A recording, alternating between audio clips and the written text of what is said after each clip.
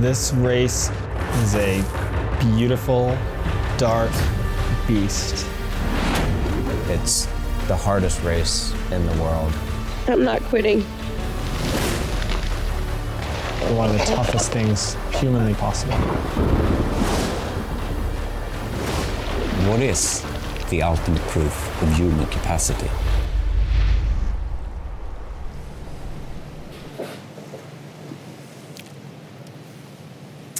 Good afternoon and welcome to One Water Race 2026. We are at the beautiful sailing ship, the brig, Tre Kronor. We are just outside the island of Arholma in the northern parts of Stockholm archipelago. This is the starting place for this year's competition.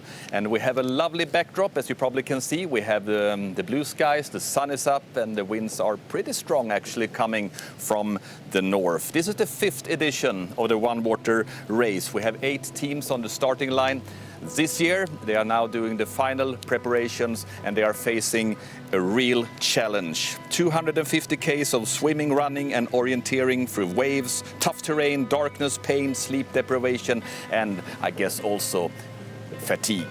Marcus Moberg is here from GIH, sports school in Stockholm.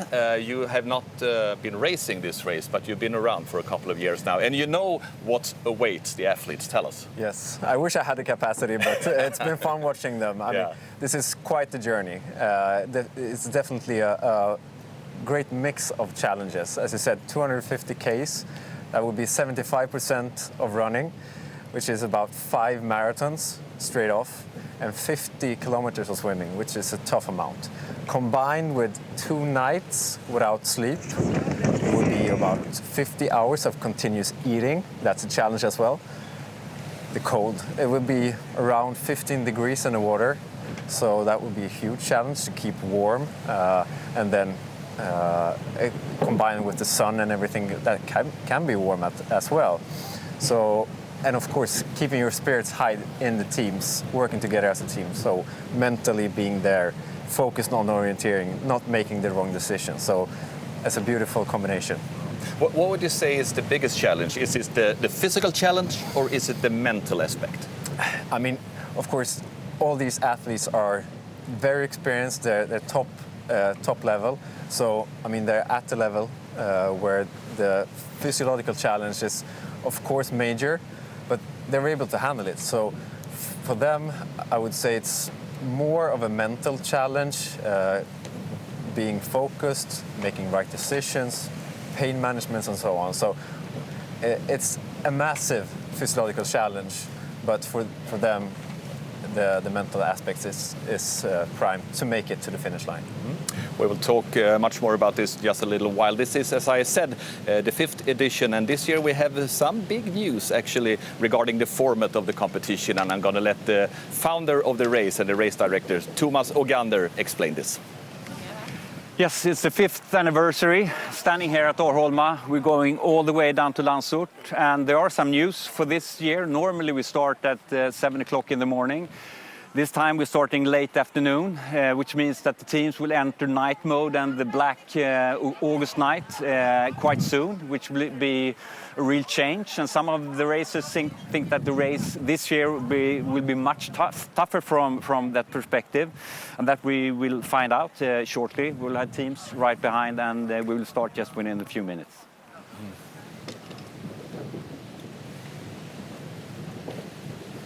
Thank you, Thomas. Marcus, new starting time, 4 o'clock p.m. What difference does it make to the athlete, do you think? It's really hard to say, actually. I mean, you can put it in different perspectives. In one perspective, it's still 250 Ks, so the volume they have to endure is still the same. However, the nights come earlier, meaning that you might be more fresh towards the finish line. So that could be an advantage. However, they are already in race mode when they woke up this morning. So they've been in the mind for about 10 hours already, which could be exhaustion as well. So some athletes talk about, okay, this is actually adding 10 hours to the race. Although if you had a really good night's sleep, I know that a lot of athletes have been rested throughout the day, they're in good shape to start. and otherwise starting in the morning where they're stressed up, maybe poor night's sleep before. So we'll see how it turns out. Yeah, and I don't know if you noticed, but we're having quite a tough time keeping our balance right here. It's the high waves today. What do you think? How will that affect the swimming?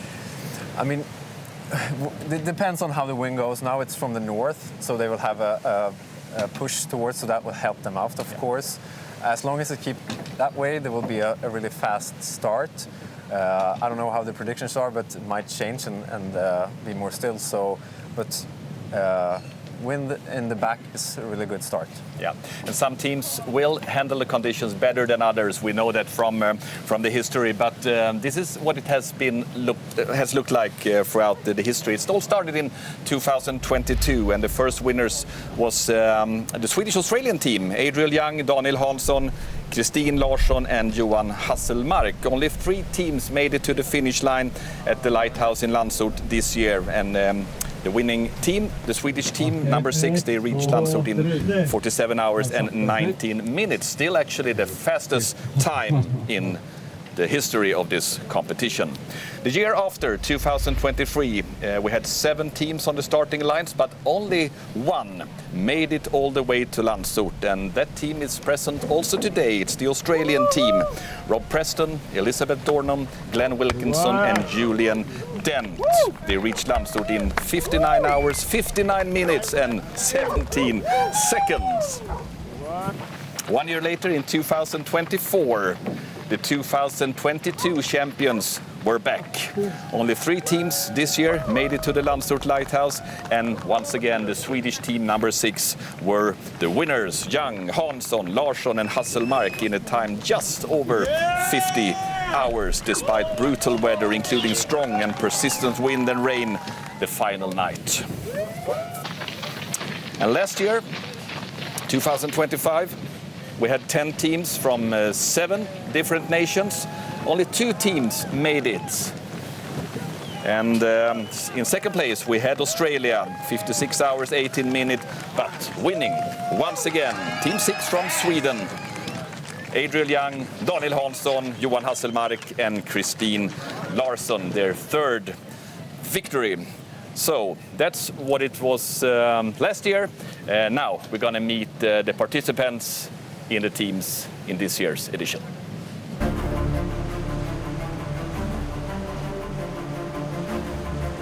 Some teams arrive with ambition, others arrive with unfinished business. But one team arrives carrying something far more difficult: expectations. Since the very first edition of One Water Race, Team Australia has achieved something no one else has. They've reached Landsort every single time. The only team in race history with a perfect finishing record.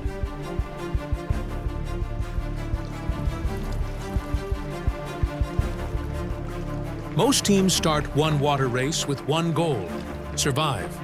Team 2, Sweden, has another idea: attack. This team knows the Stockholm Archipelago rewards courage. When the terrain allows it, they'll run. When others hesitate, they'll push.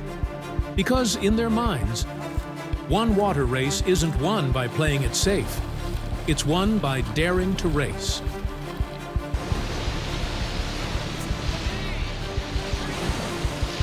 This isn't a team arriving at the start line hoping for a breakthrough. They're here to finish what they started.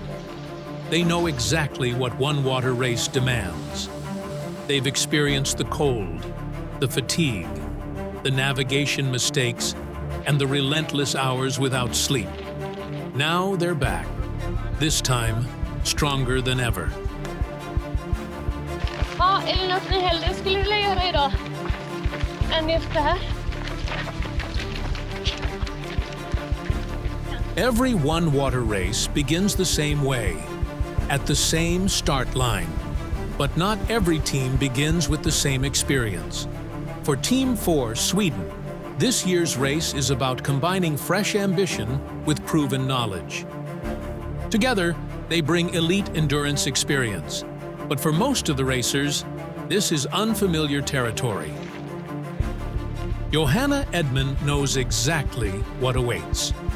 She was part of the very first One Water race and was also among the first to reach Landsort.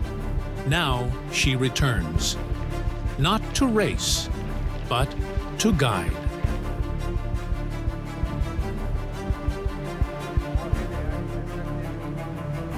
Can you plan your way through chaos? That's the question Team 5 has been trying to answer, because One Water race is unpredictable. Their preparation isn't. Representing Germany, Great Britain, and Sweden, this is a team built around precision. Different nationalities, one shared philosophy, prepare for everything.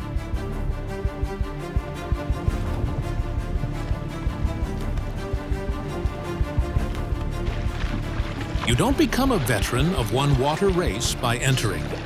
You become one by coming back. Again and again. For Team Sweden, every member already knows what awaits beyond the start line. Every one of them has experienced One Water race before.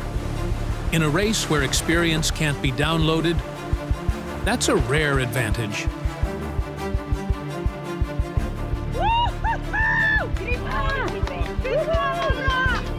Every team carries experience into One Water race. This team carries lessons, hard-earned lessons, because sometimes the greatest teacher isn't victory, it's failure. For the third consecutive year, Team 7 Sweden returns to One Water race. Not because the challenge became easier, but because they know exactly how hard it is. Vad kul det här blev.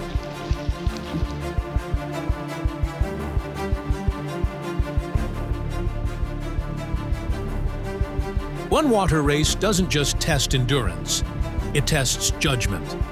Because after 2 days without sleep, every decision matters. Team 8 USA brings together experience from endurance sport, military leadership, and clinical psychology. 3 very different backgrounds, one shared philosophy. Stay calm, think clearly, keep moving. Together, they believe success isn't built on one extraordinary athlete. It's built on extraordinary teamwork.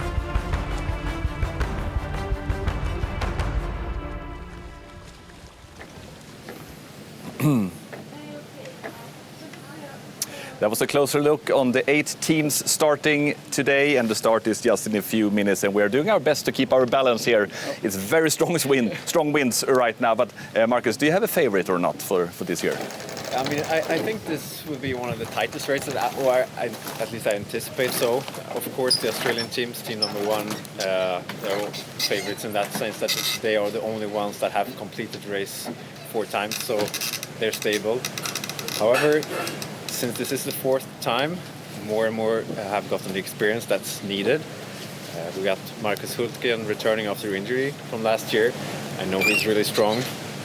Also, teammate Marika Wagner, they're really keen on getting to Landsort, strong swimmers. So, but I think we're quite open. Yeah, in about 50 hours or so, we will know if you were right or not. It's time now. It's getting closer and closer to the start. So I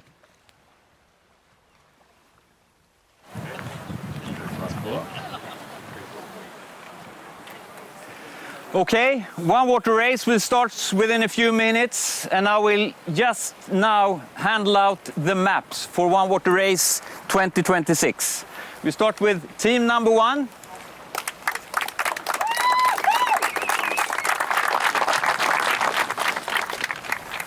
Team number 2.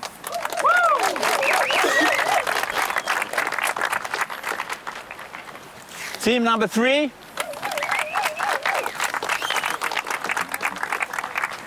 Team number 4.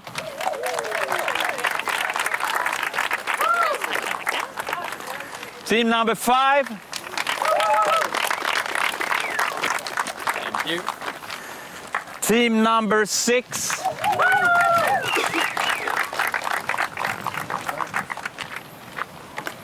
Team number 7.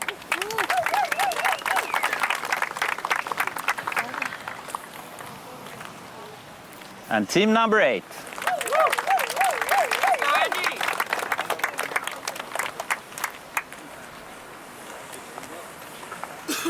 So, it's time. And One Water Race 2026 starts in 10, 9, 8, 7, 6, 5, 4, 3, 2, 1, go!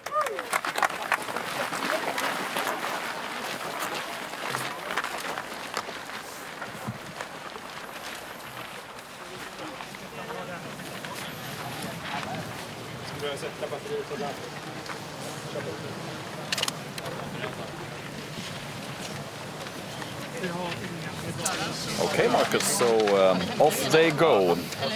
It's a slow start on a long race, but the start is important, of course. It's really important, especially to get that momentum, mentally feeling that you're in the race, not falling behind. Although, of course, missing a few minutes here and there won't make a difference, but I think it's a more mental game. Previous years they have been starting off quite fast, actually. I noticed from previous years when we looked at the intensity, they started off really high, anticipating running at around 4 minutes per kilometer, which is high, having heart rates about 80-85%. And that was kept for a few hours, so they start off hard. But a lot of teams, they talk about having that even pace and know that the race is definitely not won within the first minutes or hours. So I think it can be good to see some teams taking their time, making out the best way to go. Yeah, and what's happening now, what we could see Thomas Ogander do recently is also he's handing out the maps, and they got maps for the first stage. Yep. The course all the way down to Landsort is divided into a couple of different stages, but they do got the maps for the first stage now, and now they're trying to figure out which way is the best to the different checkpoints. Exactly. Exactly. So now they're, and as you can see, there are for the first checkpoint there are alternative routes, so they can actually choose between 1A and 1B. So that will, of course, might be a tiebreaker to get a fast start. So some teams taking time to make the right decision. But as you said, they get stage number 1, which will be quite a few hours of racing as well. Yeah, they will probably be going on the stage 1 until night mode, which will be around 8 o'clock tonight when it gets dark and we go into night mode. We can talk more about the night mode later on, but we remember from last year when we had the British team, they got pretty lost already on Arholma before the first control. Yeah, exactly. They lost I don't know, 2 hours in the beginning, so, and that was done for them. So you don't want to make those early mistakes. But there are a lot of experienced orienteers, some that's done that professionally, and quite the experience from this race as well. So I do not expect the current teams to make those errors now. So this is Team 5. This is a combination between Germany, Great Britain and Sweden. We got Vincent Meyer with his cousin, actually, Angelus Meyer. We have Isabella Brandt from Sweden and Chris Goodfellow, who was actually in this British team we were talking about from last year. And Vincent Meyer, he was a late entrance last year because of sickness. He got a call just a couple of days before last year's race. Yeah. So he's here making another appearance in the One Water Race. If you're going to try to put words on the tactics and the different strengths in the team when they choose between running, possibly running a longer route, or swimming, I mean, what makes the difference? What choices they make? Of course, there are a few teams where they have really strong swimmer. I know that Team 1 Australia are really strong in the water, so of course they try to do a lot of swimming, especially if they anticipate that the grounds will be hard. And also, of course, in this race they make roughly around 200 transitions. That is going in the water, going out the water, which of course always takes time. So if you can find that momentum, having good pace in the water, and also of course depending on the weather conditions. If you have wind at your back, which we have right now, long swim, except for could be advantageous. And as you notice, this is Kristen Smith. We are Team 3, the combination between the United States and France. She's in a boat here. She's not running or swimming because they are four persons in every different team, but only 3 of them run and swim. And this is the support crew. Yeah. And it should not be neglected. The support member has a huge role to play. As you can see here, she's the one making sure of the overall strategy. She can have a longer view of their strategy to go. So the support member has a key role in planning the stages. Of course, making the right decisions. Kristen Smith here, she's been a support team 3 times before, and she's also been a media runner actually. Yeah. She's quite familiar with the terrain here. Yeah, exactly. And then the support member, of course, has a critical role in aiding the teams with nutrition and gear once they exit the water or enter the water, mostly when they exit the water. And that is also, of course, a key. We have seen in previous years situations where the crew member is not as efficient as other crew members, and that is, of course, a key. Coming up with everything they need, making sure pushing them. And I know that in Team 1 Australia, Julian Dent, he is remarkable in his capacity to push his teams as well. And you also have to bear in mind that the support crew is awake the whole time as well. So that will be 50 hours of wake time as well. Yeah. See some pictures here of Team 6, which is not the same Team 6 as the winner last year. Team 6 this year is a Swedish team though, but it's a new team. Marika Wagner, Rickard Berglund, Alexander Koller and Robert Hanning. And Hanning is his experience. He's here for the 4th time actually. Yeah, he's an excellent support member. Past years when I've seen him out on the course, he's really, really calm. He really knows what the athletes need, and just being there as a safe rock brings confidence. You could also see one of the real veterans there in the team, the second team, Team 2, the Swedish team, Marcus Hultgren. Yep. Who last year he was standing where you are standing right now, Marcus actually. Yeah. Marcus and Marcus. Yeah, same thing but different. Yeah. He had ripped his Achilles tendon last year, so he couldn't run. But good to see that he's fit now. Yeah, and I talked to him earlier today, and he said that he had recovered really well from his surgery. Mentioned that he has had problems with his Achilles tendon for quite some years, and he says that he's come back stronger than previous years. So he says that he's flexible and feels strong. So he looked very confident, very calm. It's interesting to see here in the start that the teams are keeping company. They are running at the same checkpoints. Yeah. They are running together. I've never seen that before, but I must say it's a bit different outcome than the previous years. But that's sort of a tough race from the beginning. Everyone wants to get out as fast as possible, and maybe hiding their strategy and so on, but maybe to learn that might not be the case. And it seems that at least they're making the same route choices here, so nice to see. What we could tell from the graphics here on an early stage also was that Team 3 we were talking about, the France and the United States team, they seem to spend a lot of time in the start going through the maps very thoroughly, so they know exactly what to do before they start running.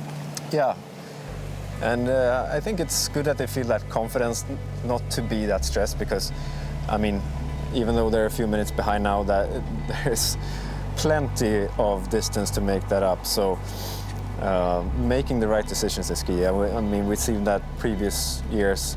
Making a wrong decision could cost you minutes very rapidly. So, but I would expect a fast start. I would expect teams to want to get as far as possible before we come into night mode.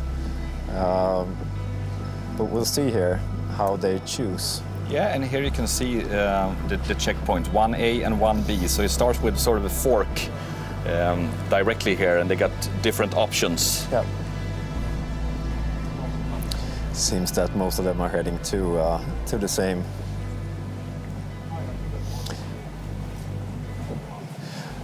The green dot is Team 8. We haven't talked about them that much. It's Kavika Tarayu, who had a late withdrawal last year due to sickness, but he's been here before. He was here in 2024. Maratainen, Jonas Andersson was here 2023, and we have Andy Hewitt as a support crew also. So that's a strong team also. Yeah, strong team and very interesting. Kavika is a really strong athlete. He seemed very fit coming in here, and also Mara, besides being a strong athlete, is also a clinical psychologist. So reportedly they have been working a lot on the mental aspects in the race. And that could be, of course, an advantage with that experience.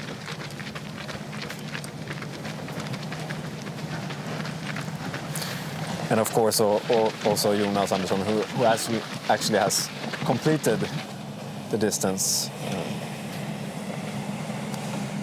Here we got another large group of teams at this very early stage of the One Water Race 2026. You were talking, Marcus, about the support crew, and that's interesting because they cannot bring whatever they like. They have to adjust what they are packing into different boxes. They are allowed to have 7 different boxes per team. Yeah. And they can fill the boxes with almost whatever they like, but no electronic devices. No electronic devices. No. That's true. And when you've been around before the start and looking, what are they actually putting in those boxes? Yeah. What do you see? Yeah, I've been trying to sneak peek in the boxes, and I know that they make different choices, and they of course want some variations. But of course, it's a lot of fast carbs, so a lot of sports drinks, of course, gels, and then different types of candy, also salty aspects, chips, and so on. But a lot of teams also try to bring dried food, which the support member can heat up prior to them to get something that really fills you up. I know that varying teams have varying strategies. Some teams go for more gels and sports drinks to keep it easy and just maintain, while other teams try to eat more. And I would say that there's no real benefit for either, as long as you get it in. That's something you have to train with as well. No, you're good. Yeah, like right in there. Oh yeah, perfect. Yep. So Yep. basically what they feel like. So the support member usually brings out a sort of a buffet of different snacks to have, but of course a lot of carbs, which is needed. Yeah, so we just started the race.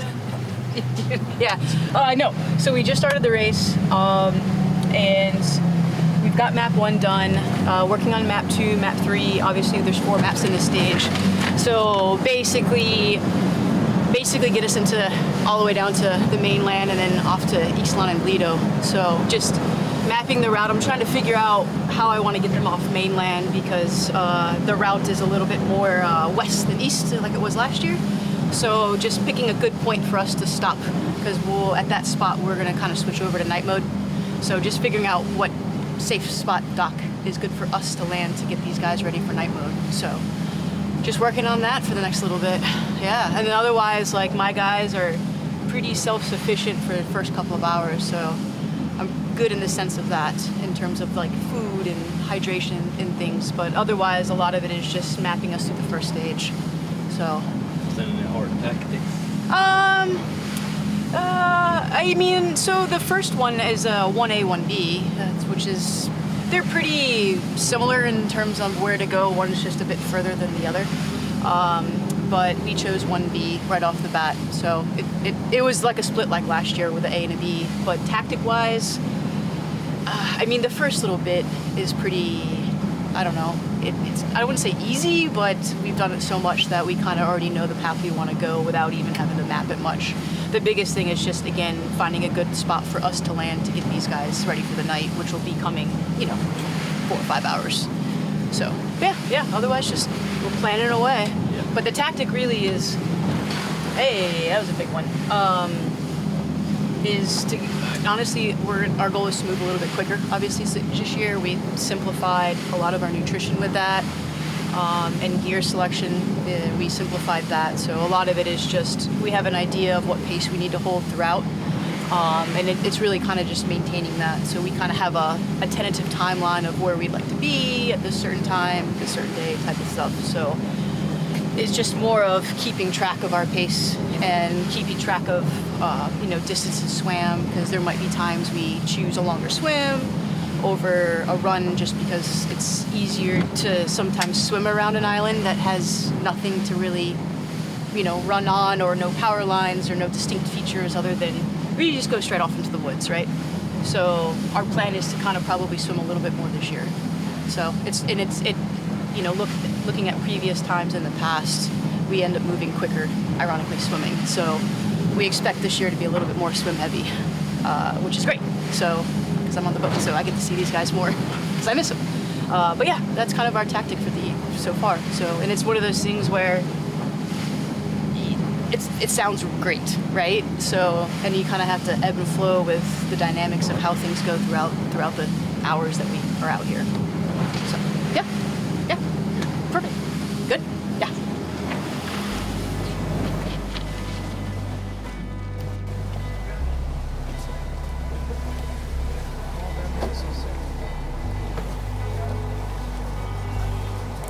Kristen Smith talking about the tactics and the choices they are making, and as you could hear her say also, they didn't put too much effort into the map in this beginning stage, because they are very familiar with the area around Arholma since before.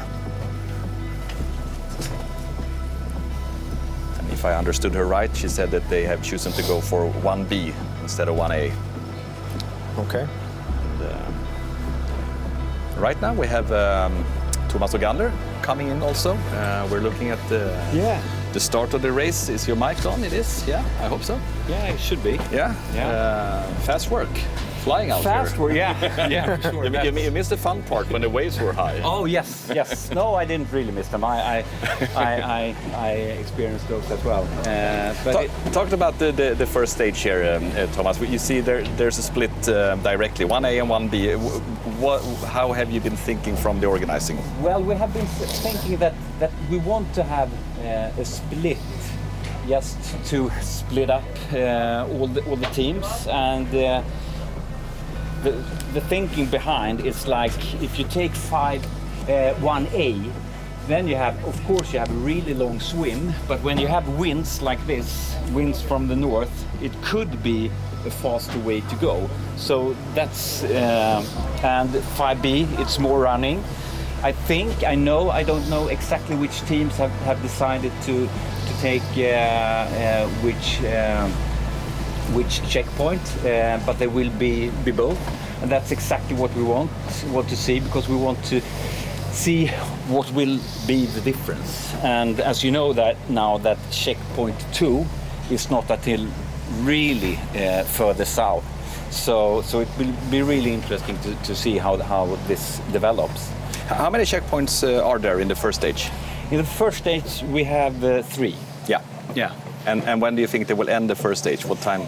I think the first stage they will end around midnight. I would say, maybe a little bit later, but that's the plan. As before, this is the 5th year, and we have calculated all the swims, all the runs. We know the distances. We know each meter of the course, so to speak, and we set up a kind of ultimate phase that we schedule all the timings and everything, and the speeds and distances.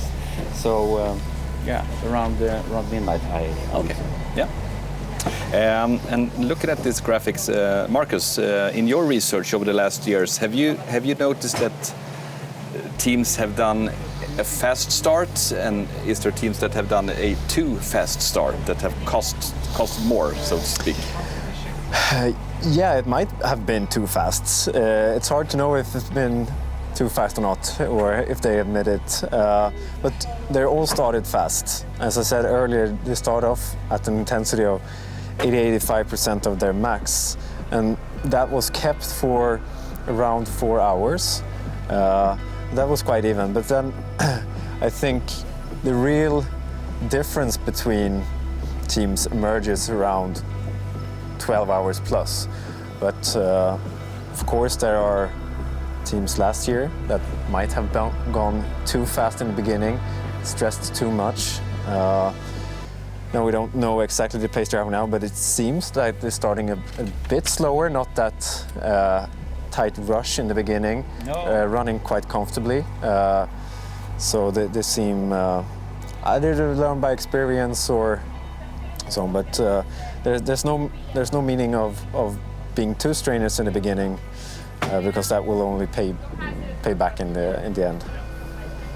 Yeah, I thought actually some of the teams would have gone faster than they're doing right now. They take it quite slow, but I think also they're having it's a long race, but not at least you have the wind in the back. So I think when it comes to the swims, will be faster than normal. So.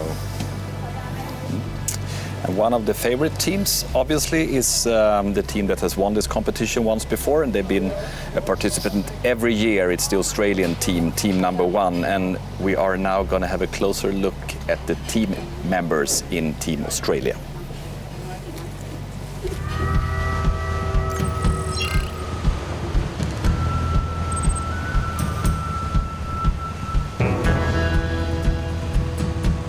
Some teams arrive with ambition. Others arrive with unfinished business. But one team arrives carrying something far more difficult: expectations. Since the very first edition of One Water Race, Team Australia has achieved something no one else has. They've reached Landsort every single time. The only team in race history with a perfect finishing record. Rob Preston, Elizabeth Dornham, Glenn Wilkinson, supported by Julian Dent. 4 athletes with years of adventure racing and ultra-endurance experience built on trust, discipline, and thousands of hours together. What makes this team so dangerous isn't explosive speed, it's consistency. They rarely panic, rarely waste energy, rarely make the mistakes that slowly destroy other teams over 50 hours of racing. Every decision is measured. Every transition has a purpose. Every kilometer moves them one step closer to the finish. Their experience speaks for itself. Second place in the inaugural race. Victory in 2023. Another finish in 2024. Another in 2025.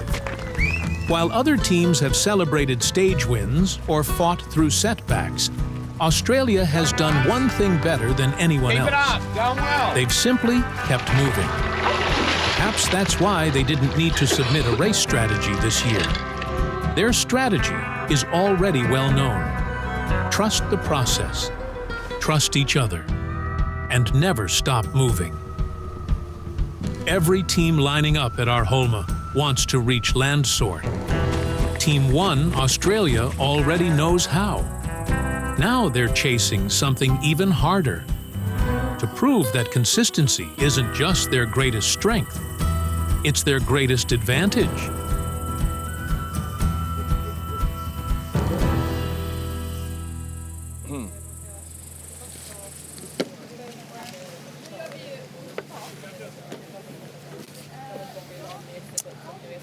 That was Team 1, the team from Australia. This is live pictures now after 24-25 minutes. This is Team 8. Kavika Tarayo, Mara Tainen, Jonas Andersson and Andy Hewitt. And they are doing the transition here, starting to swim for the first time. Yeah, and as they're waving now, you can see they're waiting for a green light or green flag. All teams must wait until they've gotten a green flag from the support boat out of safety aspect. So that's why they're standing there waving. We'll probably so have to pick him up over there. Going in for the first swim. They're in more calm waters in protection of the island, so it's quite a difference from where we are. So it seems quite pleasant so far. Yeah, good. And as you probably can see, they have this line in between them. Yeah. Also.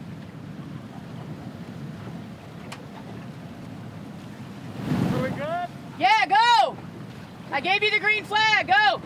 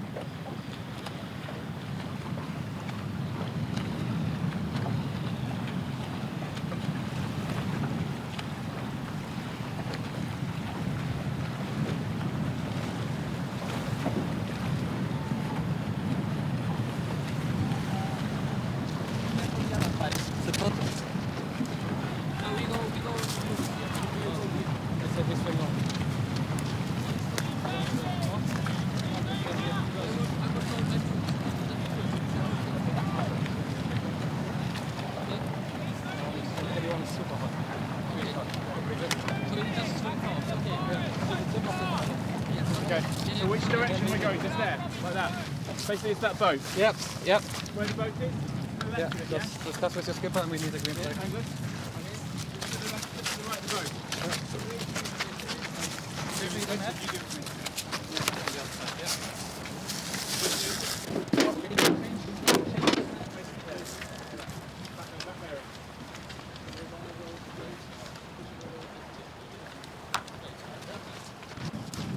No, we do this here. We go here. We said we swim now. You wanna swim? We want to swim. Oh, we swim here. I would go, I do this. Let's do it. That's okay. I think it's faster if we swim. We have backwind. Okay. And everyone is super hot. Really hot. Yeah, really hot. So you just swim south, okay. Yeah, to the tip of this island. Yes. Okay, Yeah, so which okay. direction we're going? Just there, like that. Basically, it's that boat. Yep, yep. Where the boat is? Yeah, just discuss with your skipper and we need a green flag. English? Go to the dock! The dock! You give it to me. Back on the other side, yeah.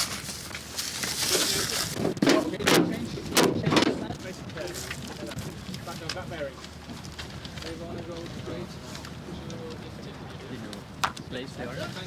Us? Oh, I don't see any other boats, so I would assume that we're kind of sitting last, because unless there were only 1, 2, 3, 4, 5, 6, so maybe one other team went a different direction. I don't know, but everybody else kind of went the right way.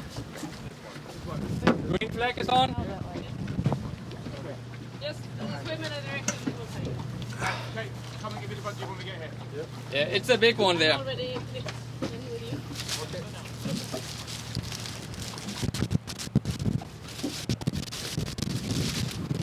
Swim du det langet? Yeah, it's a long swim now. Long swim now. All right, good.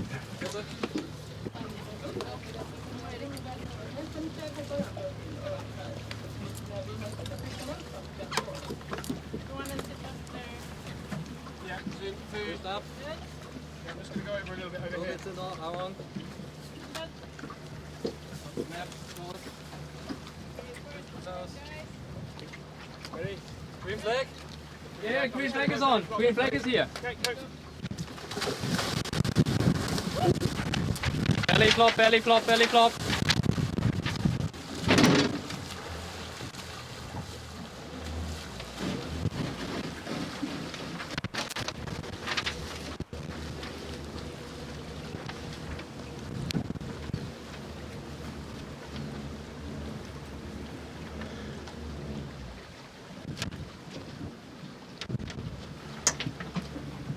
Ser du?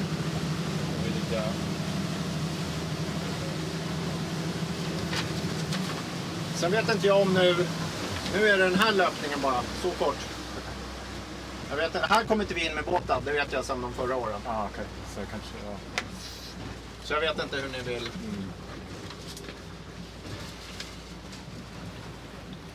Nej, kaos.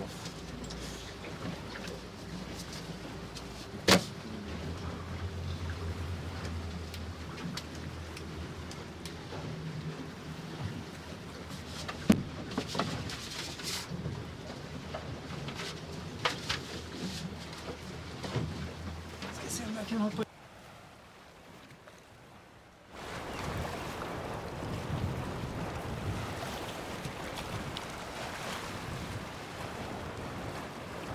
Okay, yeah, and then they'll go down to B, and then I'll hand off map 2, and then this will be, I haven't gotten that far, but that's roughly going to be probably 2 to 3K on the next one. Did everybody start out blazing fast? Oh yeah. Yeah. Yeah, it was super fast, wasn't it? Yeah, everybody was like hot. But you were calm, walked for a bit, and yeah, great. It's long. But it's always very, very fast and sporty at the very beginning. Yeah, when the shotgun goes off. Yeah.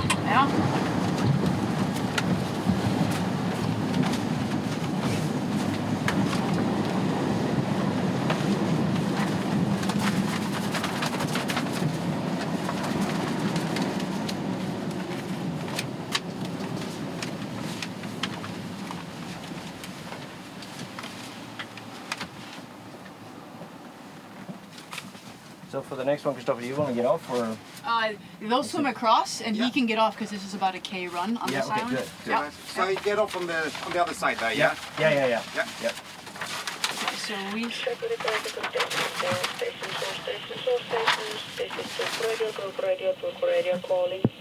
From advisory and repetition of navigational warnings, please listen to the latest traffic signals.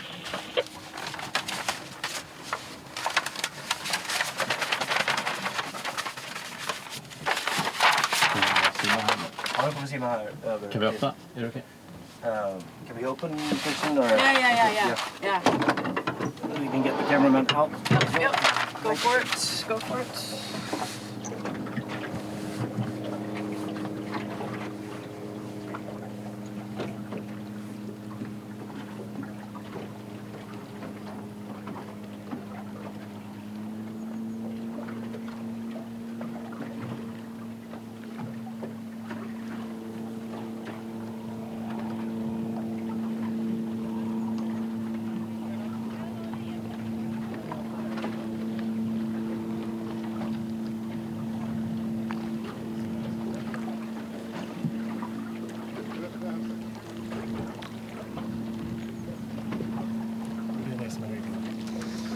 Behöver inte vi vara där?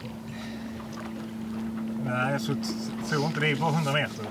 Jag tror det är 50 eller 100 som är gränsen. Jag är lite osäker.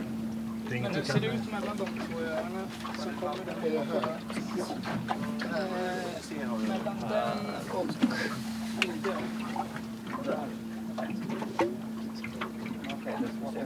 Det är den stora.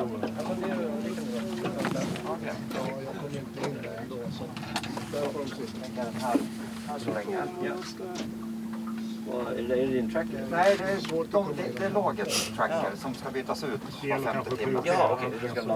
Ja, precis. Så den är troligen fulladdad nu. Kollar vi på skal. Det är ju knappt en kilometer. Ja, 5 minuter. Löpning på grusväg. Ja.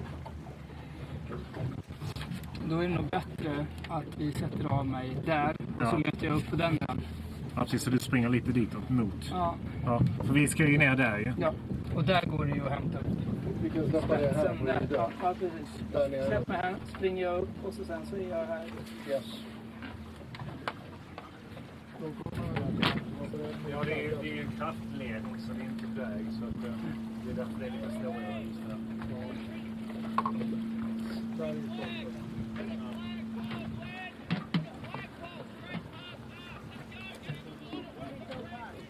komma dit så kan du alla komma i säkerhet. Per!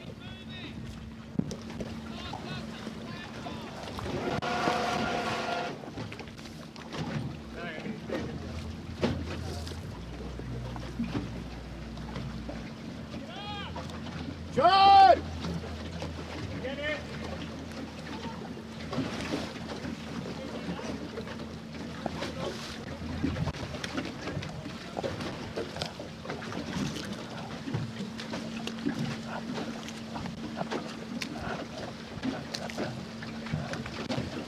Härligt! Kom igen! Kör vi på!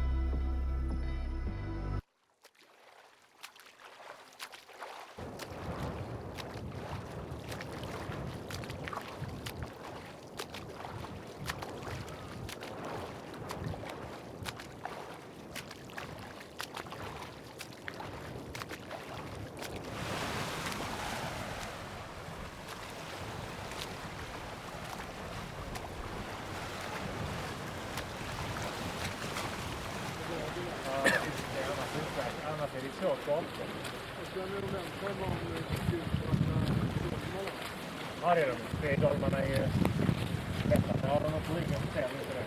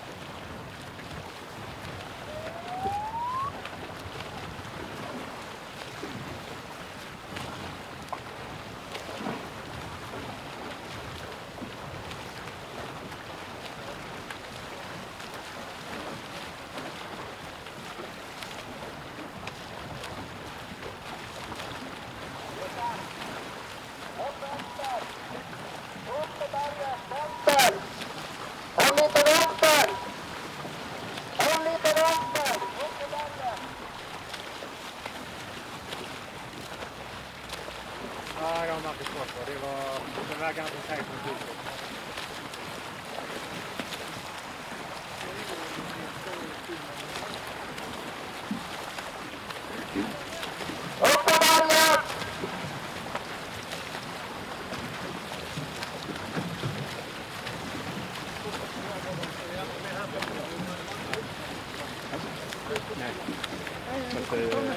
Inte mig.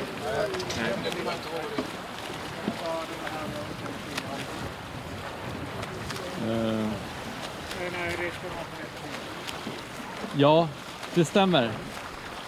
Jag trodde det låg en lutt på, men det kanske inte gör det. Ut. Jag har ju lutt i kameran.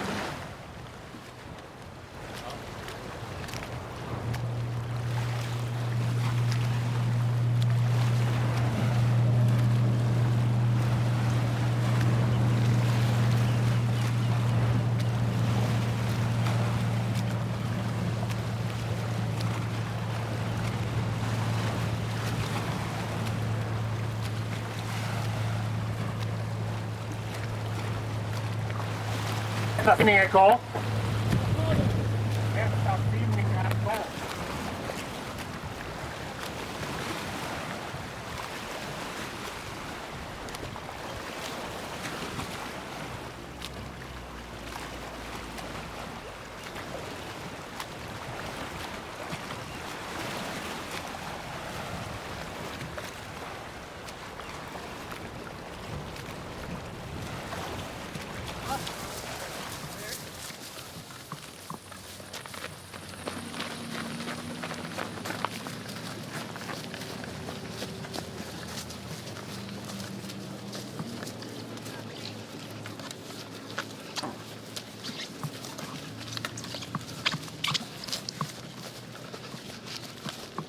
Det går ju en genom hela ön här, en stig, eller hur?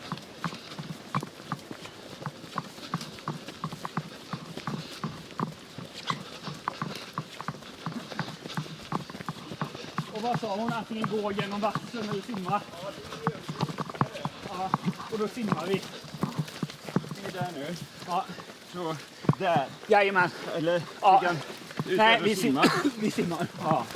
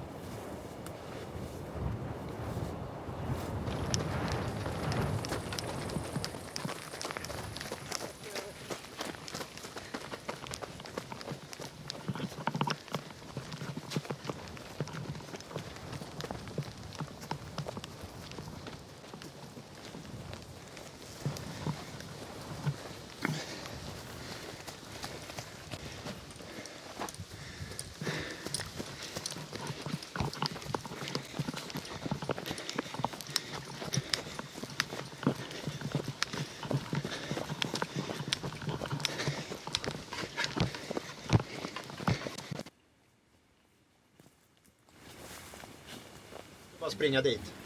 Det är jättekort igen. Okay. Och här ute vet inte jag. Är det djupt där ute eller längst ut på udden där? Ser du det på kortet eller?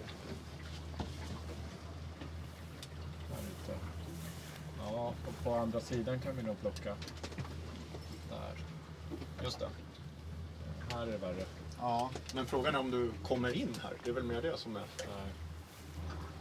Ja, du får vänta lite. Yeah, exactly. If it works, we go.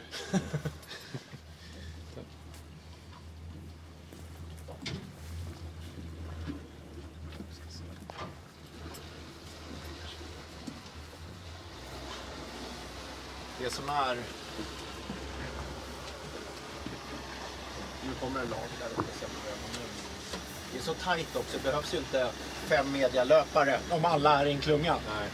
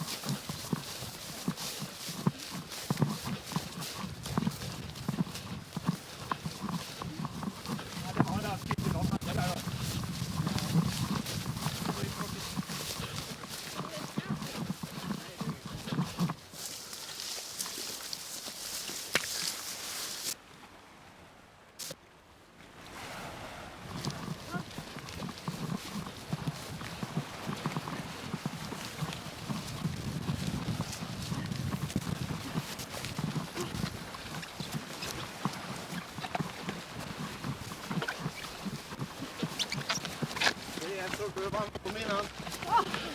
Nej, det är jag.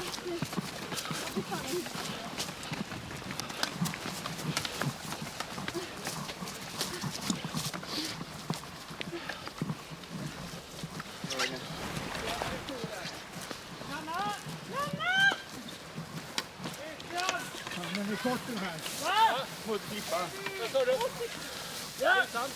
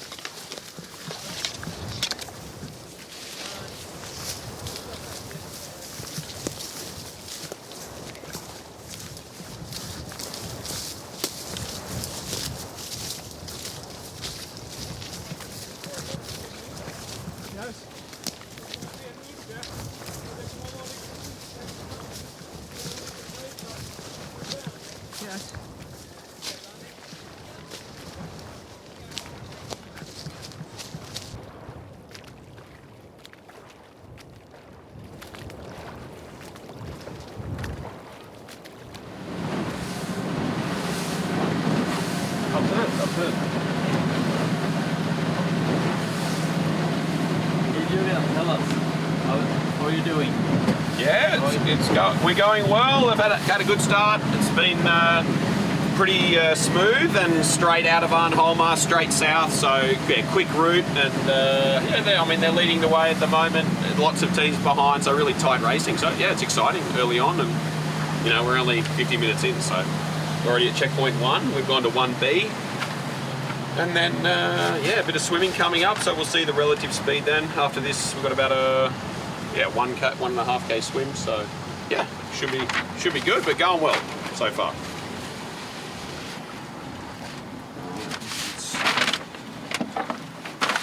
See a map out here? Yeah. 5 maps and yeah.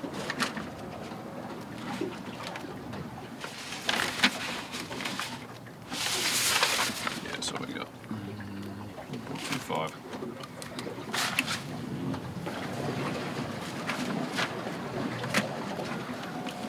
Okay. All right. I'm gonna get swimming over.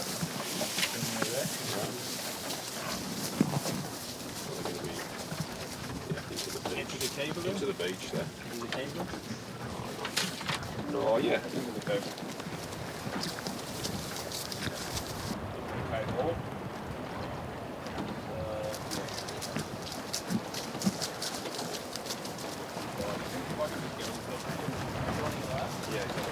Yeah. Good.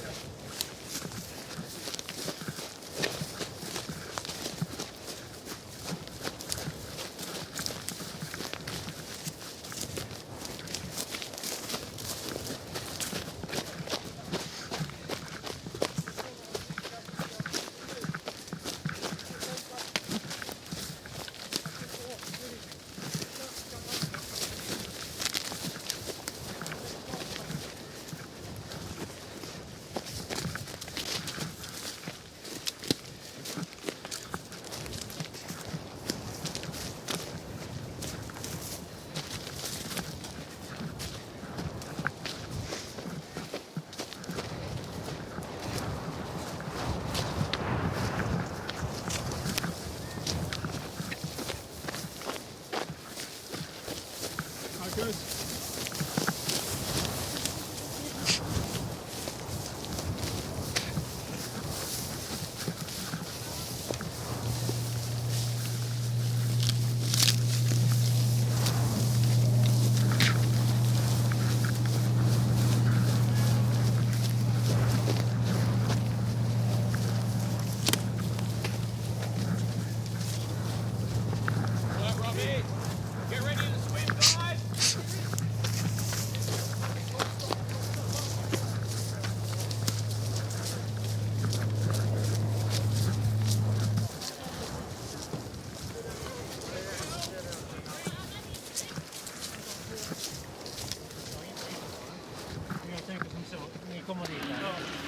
Simnar vi dit. Det är en brygga från igår jobb, va? Ja, och dit. Och sen är det här, eller? Ja. Den spetsen här? Ja.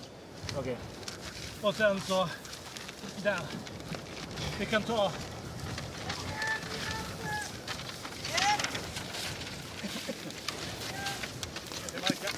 Vill du ner till den där, eller? Ja. Den där. Eller vi ska inte ner här. Eller det är mycket runt här, men vi ska ju hit. Och det är frågan om man ska ner där, simma där, eller om man... Ja, vi kör där. Nu var simmar du där. Och så går vi i strandkanten där dit. Okay. Så vi tänker hit. Vi är här någonstans. Ja. När vi ska simma hit.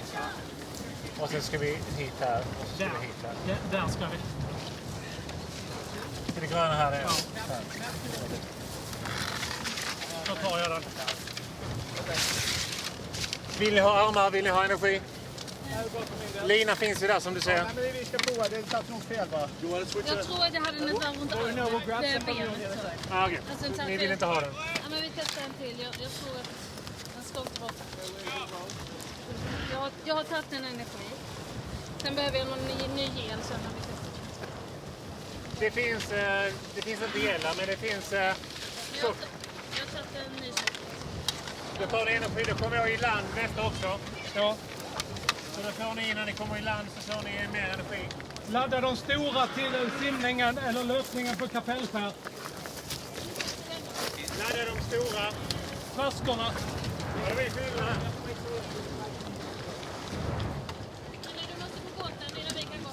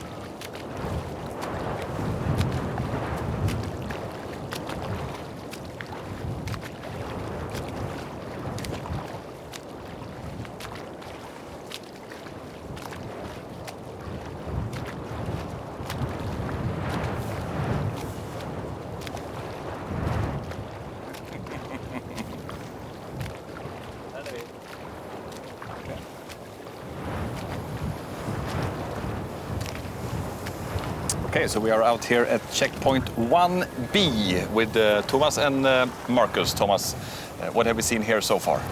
We have seen almost 7 teams. We have 7 teams are taking checkpoint 1B. 1 team are taking checkpoint 1A.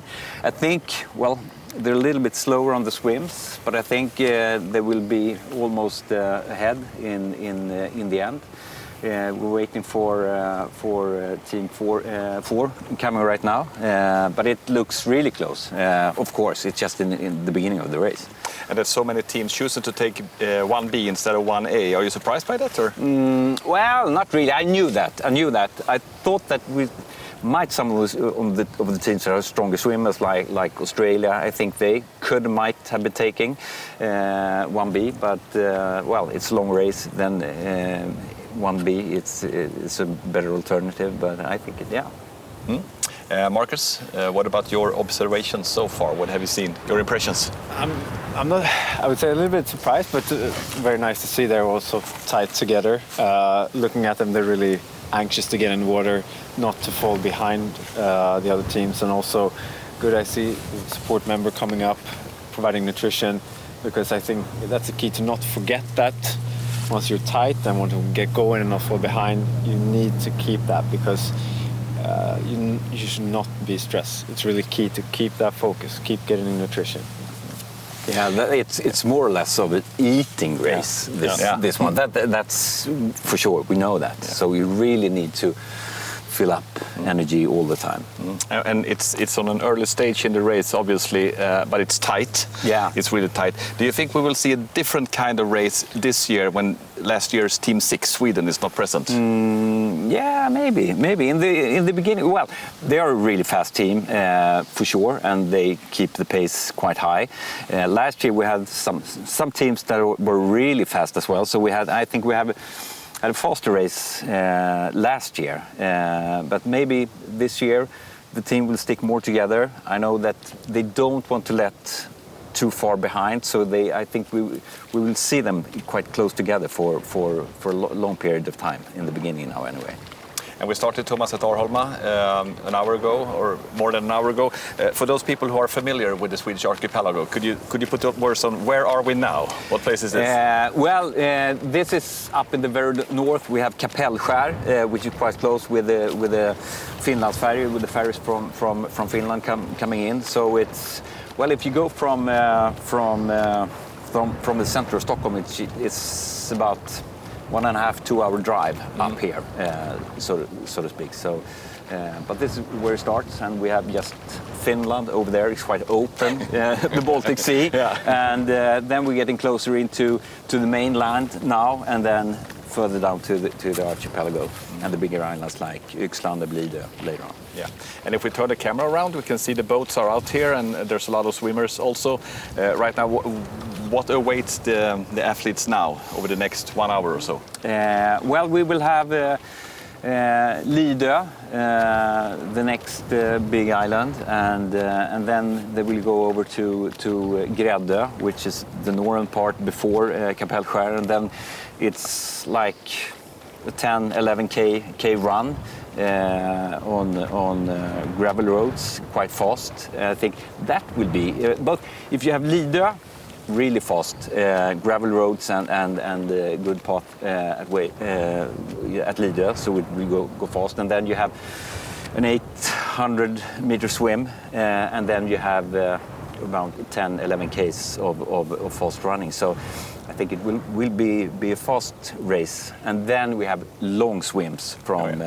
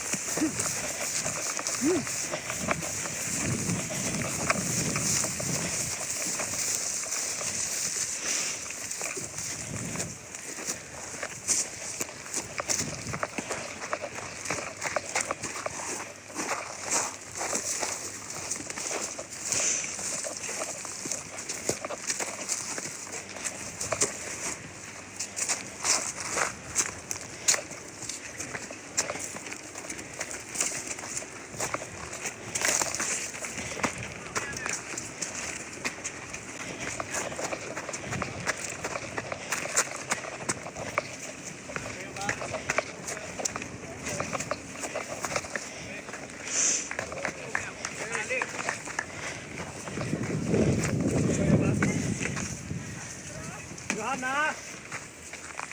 Anna! Ge oss fart på andra sidan.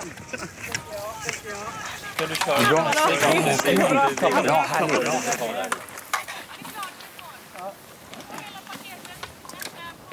So I think you lost us just a little while, but we're back again now with Team 4, Thomas, which is the final team to reach this checkpoint, right? Yeah, exactly. Well, they're a bit behind, but it's in the beginning of the race. I know that they are Team 4 really strong and really fast as well, so they will keep up for sure.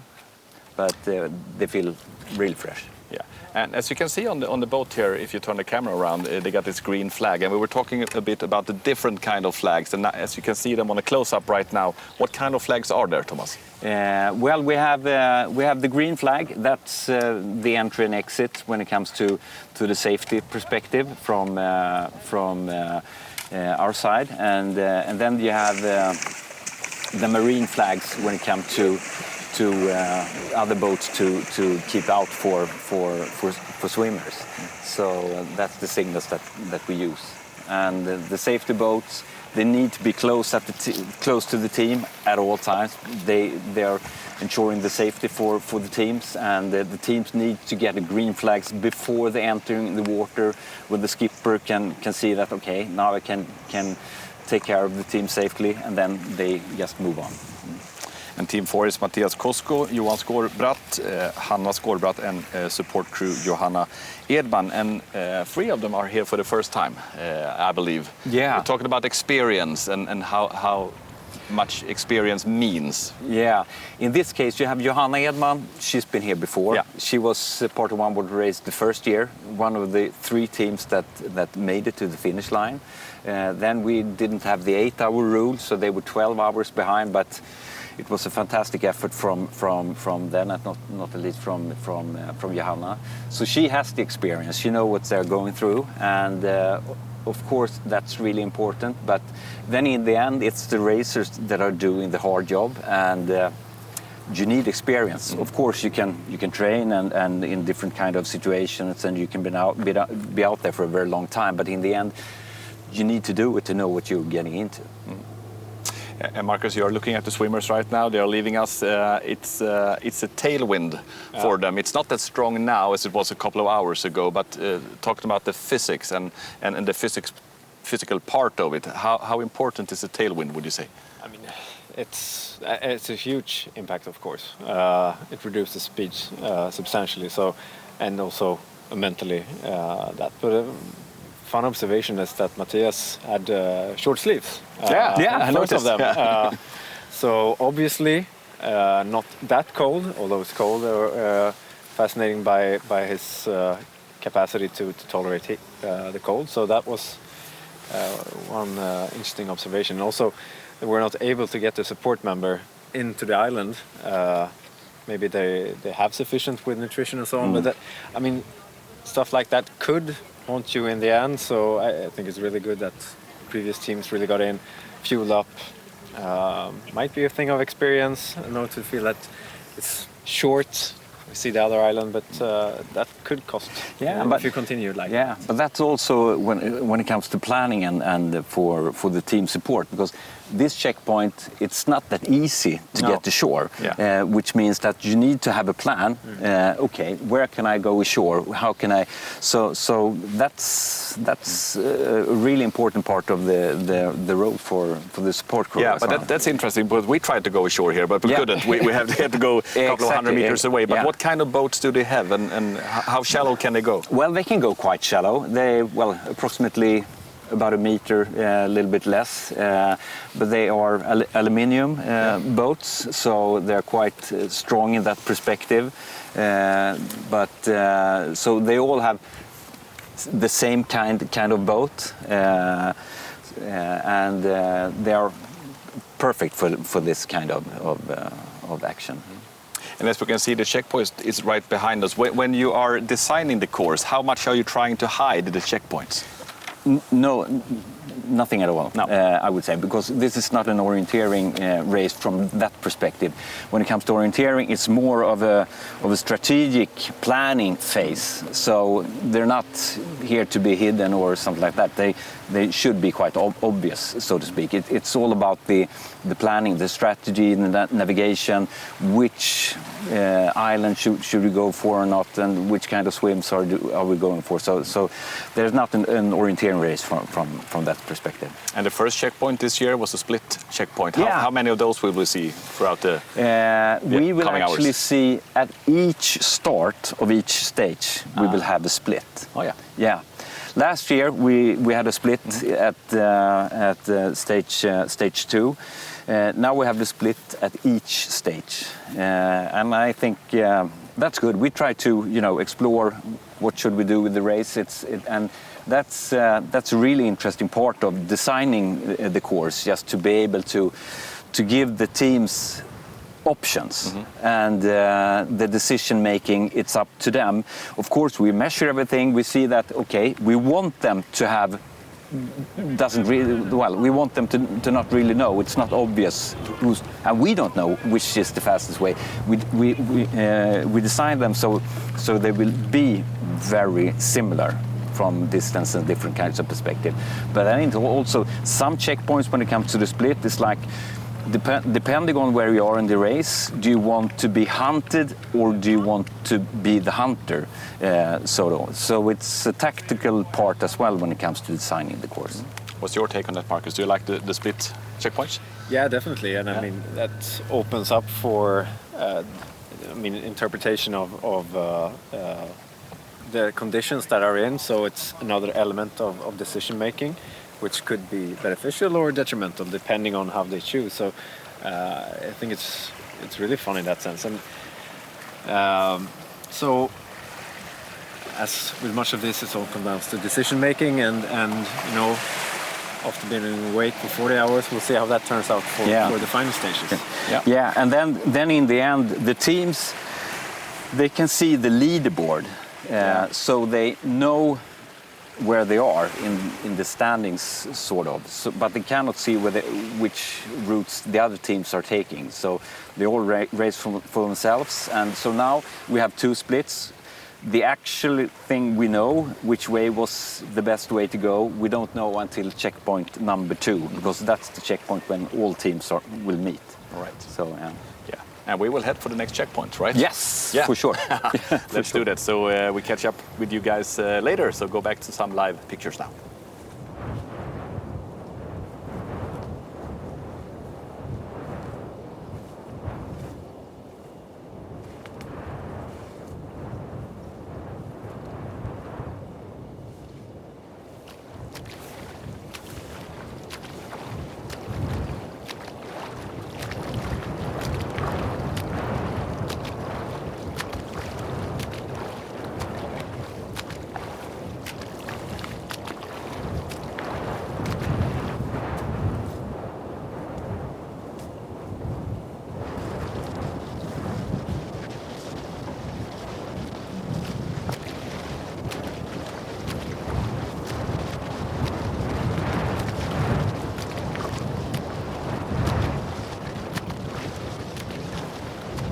Kan du släppa mig nu, tror du?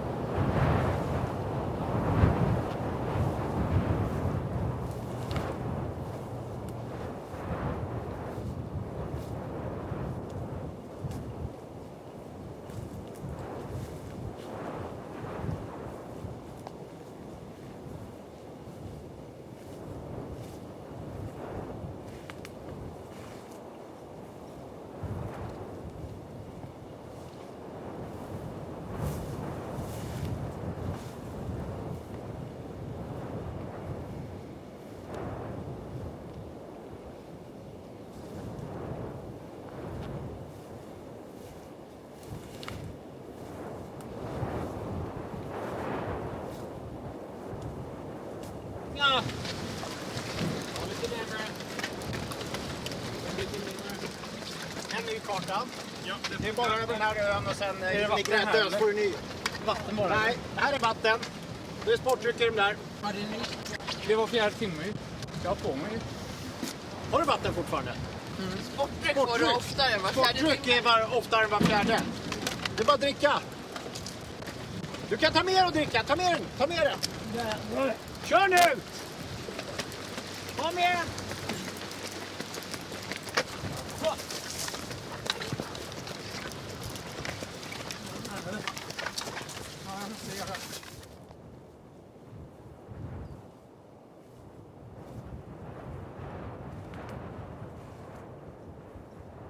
Work, keep it moving. Good job, guys. Keep moving up here, Glenn. Don't stop. Keep moving, mate. Move it, let's go. Here we go. Car through. Big 40.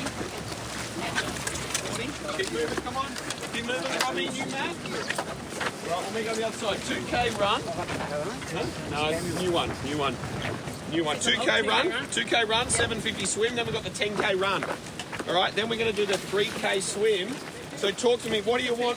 Talk to me, think about what you want on the run. They're a minute ahead of you. They've got a minute on you on that swim. Okay? They're about 30, 45 seconds a kilometre. They're going hard. Good guard in them, all right? Keep it going. 2K, come on, move it.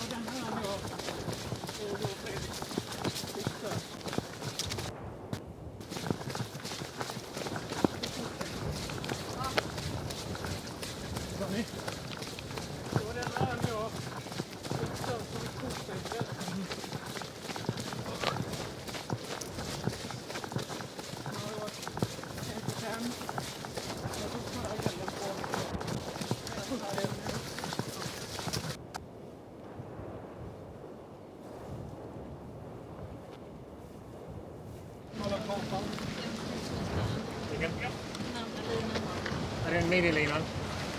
Ja, det är start. Vem var det nu kanske? Ja, men jag måste testa längre.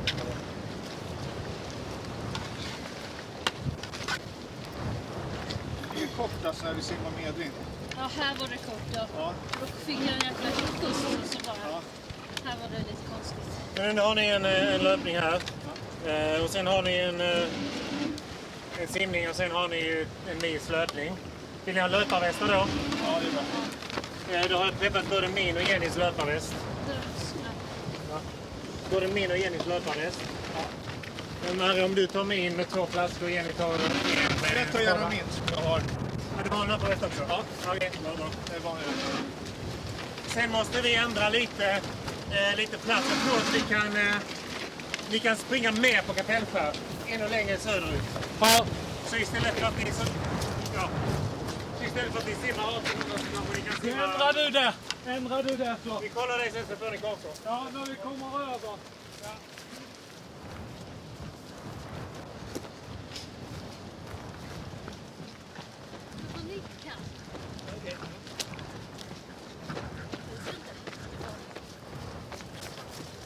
Ganska långt.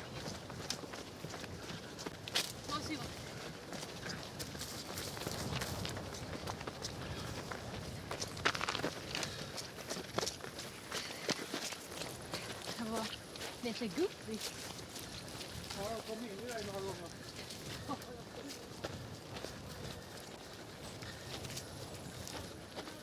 Hur lång löpning, Marcus? Jag ska kolla. Löpningen är...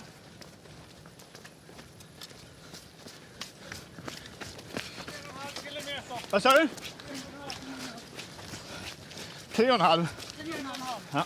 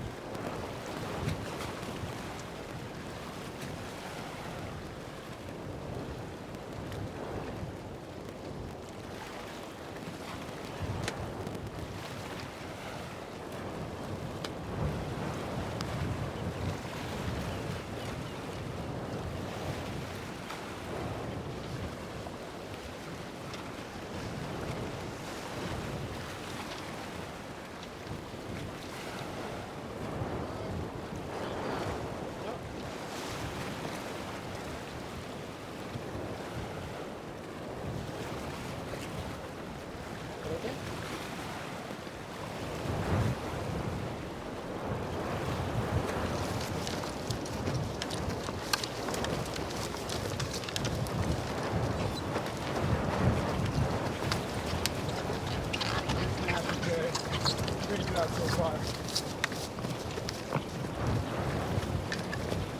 As soon as choppy, it was in the right way.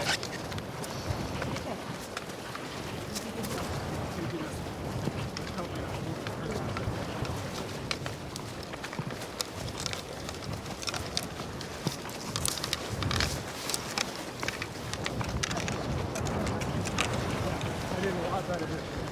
I felt a lot better. Remembering the worst time I was doing was that weird view. Because I used the sunset. Like I'm not so the sun was the perfect spot.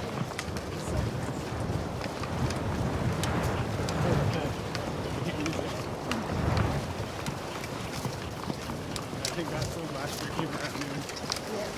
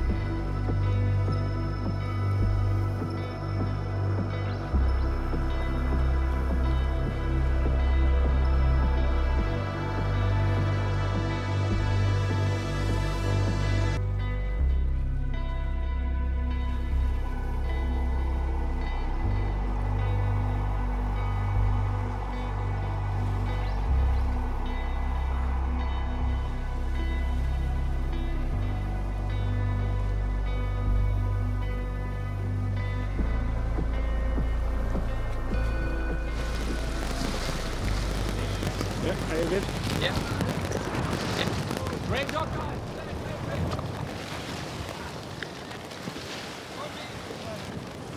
More water. Right, and I'll stop. And at the top, I'm going to go down paddle top. Okay, I get it. Yeah, fine. Listen, you're good with him, Can I give you the paddle for that? And it's on the other side. Yeah? And you can check maybe you want to go. If you want to go, you got it. Can I take them just in case? Yeah, okay. But if you can find them in the black bag. Hey, Bartos. Hi. How are you doing, guys? Yeah, not bad. It's nice to have a beach somewhere. It's like, welcome to One water. Yeah. Stop plans. Well, but begin. Right. Begin. Yeah, I need a follow through.